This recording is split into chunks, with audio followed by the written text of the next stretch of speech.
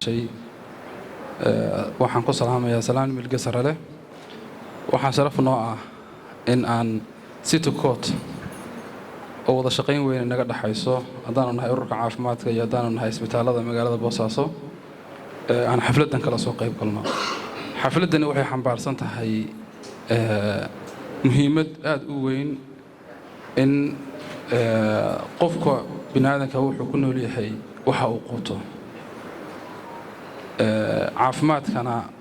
nutritionka iyo cuntada caafimaadka qabta ama maxay quudmada caafimaadka qabtay waxay u tahay aasaaska qof walba wuxuu noqonayaa waxa uu cuno sidaas daraadeed in munaasabadan ardayda kulliyadda nutritionka iyo jaamacadda City Court ay qabanayaan aan ka soo qayb galno waxay noo tahay farxad aad u weyn aad baan u bogaadinayaa shakhsiyan iyo ka maamulka isbitaalka ahaan haddaan in yar ka hadlo qofka bini'aadanka ah cunto la'aan ma noolaan karaa waa maya qof walba ayaa taas og qofka cunto la'aan tamar ma yeelanayo mana noolaan karo noloshu ma suurtageli karto haddaba sidaas la mid ah ayaa waxaa loo baahan yahay inuu qofku isu weydiiyo cuntadu maxay u kala baxaysaa cuntada laba u kala baxaysaa cunto anfac leh oo qofkii bini'aadanka ah anfacaysa oo aan kaliya ahayn cunto tamarku siinayso aad ku dhaqaaqayso shidaal aan ahayn cunto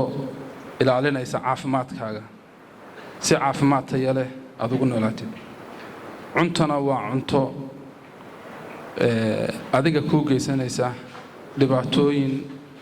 kugu soo baxaya waqti kooban waagii hore Soomaalidu waxay ku noolayd dhaqan reer miyi shaqo badan oo adag bay qaban jirtay cunto waxay cuni jirtay xoolaha uun ka timaada intooda badan maanta waxaa la joogaa magaalooyin waxaad ogtihiin maalin dhow baan nin weydiinaya wuxuu igu yiri dadka sonkorta qaba ama diabetesku aad bay u yaraan jireen haddeerna dhagahayga aad ugu bataan marka waxaan ku yiri waagii hore laba ciladood baa marka haddeer jira baaritaanku haddeer iyo adeega caafimaad kor buu u kacay taas waa waxay keeni kartaa in la ogaado in bulshada badan oo aan markii hore heli jirin baaritaan caafimaad oo sax ah inay hadda helaan baaritaan tan labaad magaalooyin baynu nimi barwaaqo iyo nimcaynu helnay ma aynaan miisaamin cuntadii wixii inaga hor yimaadaba waanu cunnay sidaas oo kale obesity baa inagu batay ama cayilkii baa inagu batay xanuuno badan oo related la ah cuntada inagu batay marka waxaan jeclahay in wacyigelinta kor loo qaado waxaan umaleeyahay hadalka wayda ku dheereeyay